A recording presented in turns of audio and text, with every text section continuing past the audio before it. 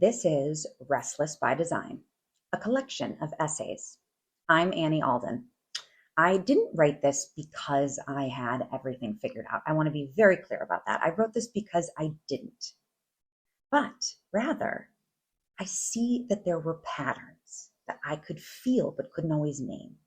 Ways of thinking and moving through the world that didn't fit neatly into one role or path or version of success. For a long time, I thought that meant I needed to simplify, to choose, to quiet parts of myself that didn't make any sense. But over time, something else became clear. The way we think, the way we notice, the way we build a life, it doesn't always happen in a straight line. Sometimes it's layered, sometimes it's nonlinear, sometimes it only makes sense looking back. This book is a collection of those moments, essays written in real time, where something shifted, where something clicked, where something finally had language.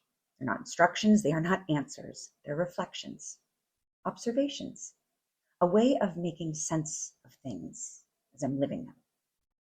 Take what resonates, leave what doesn't, and trust the way you move through the world might already be more intentional than you think. Okay, let's begin. Chapter 3, Restless by Design. Yes, the overarching theme, the title of all these essays. What I'm trying to rewire my brain to think is maybe it isn't wrong. Maybe it's just not finished.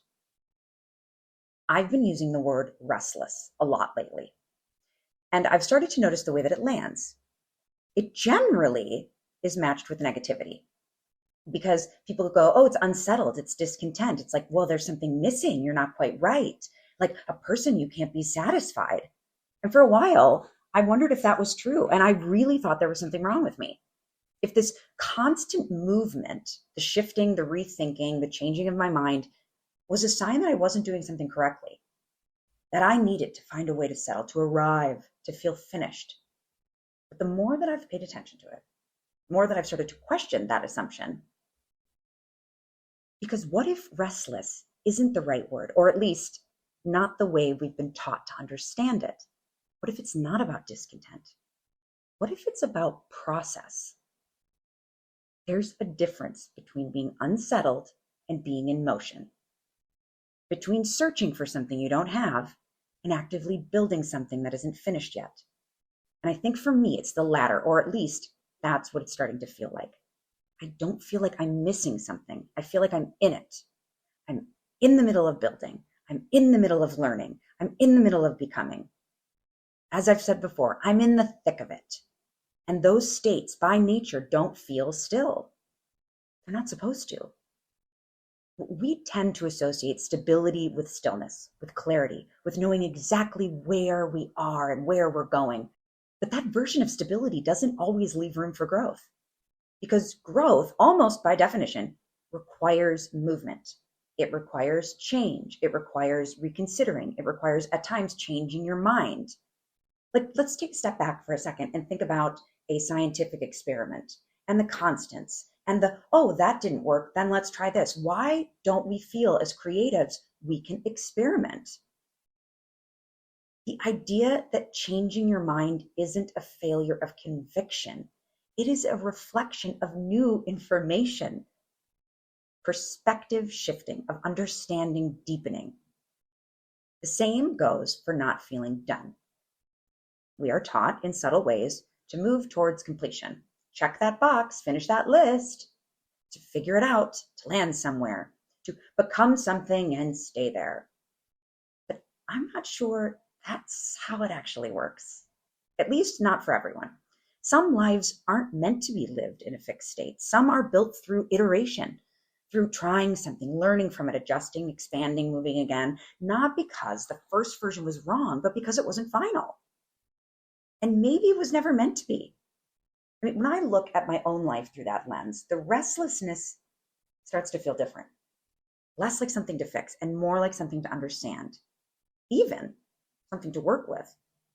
It's not pulling me away from my life. It's pulling me deeper into it. It's getting me to ask better questions. I'm pushing for more alignment. I'm taking some of the experiences that I've had and I'm layering them into all of my new experiences. I'm not letting myself settle into something that no longer fits just because it once did. Why would I want to stay in the same thing if it doesn't fit? It's not logical. It's not scientific.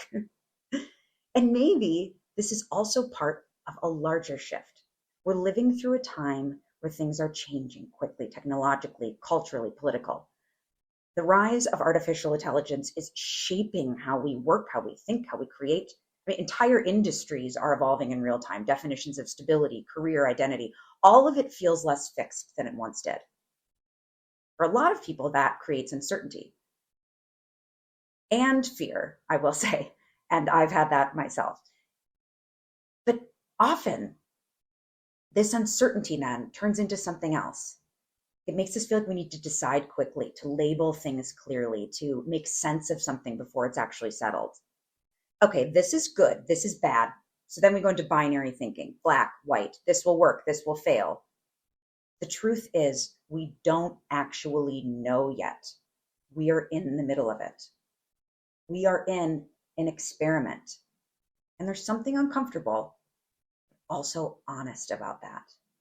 And being willing to stay in the thick of things while we're still forming, still unclear, still in process, because often that's where most of the real understanding lives. And human to human, that's where connection is. When I have girls' nights, that's the kind of stuff that we're discussing. We aren't discussing the beginning or the ending. We are discussing that middle part where everything feels uncertain. We are all still moving.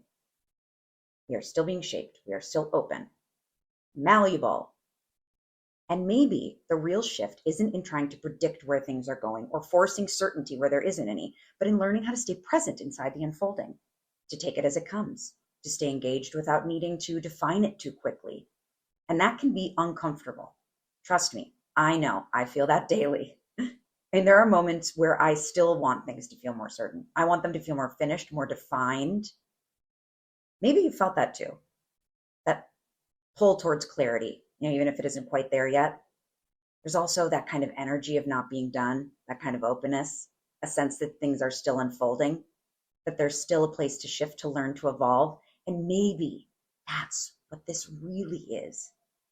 It's not restlessness the way we've been taught to fear it, but a relationship, to live a life that is rooted in movement and process, and the understanding that we are allowed to change our mind, outgrow things, follow new directions without needing to justify that something has gone wrong, because it isn't wrong.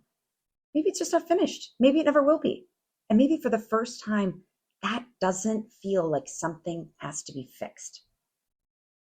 It feels like something to live inside of. This isn't accidental. It's how I'm built. And maybe in some way, it's how more of us are built than we realize.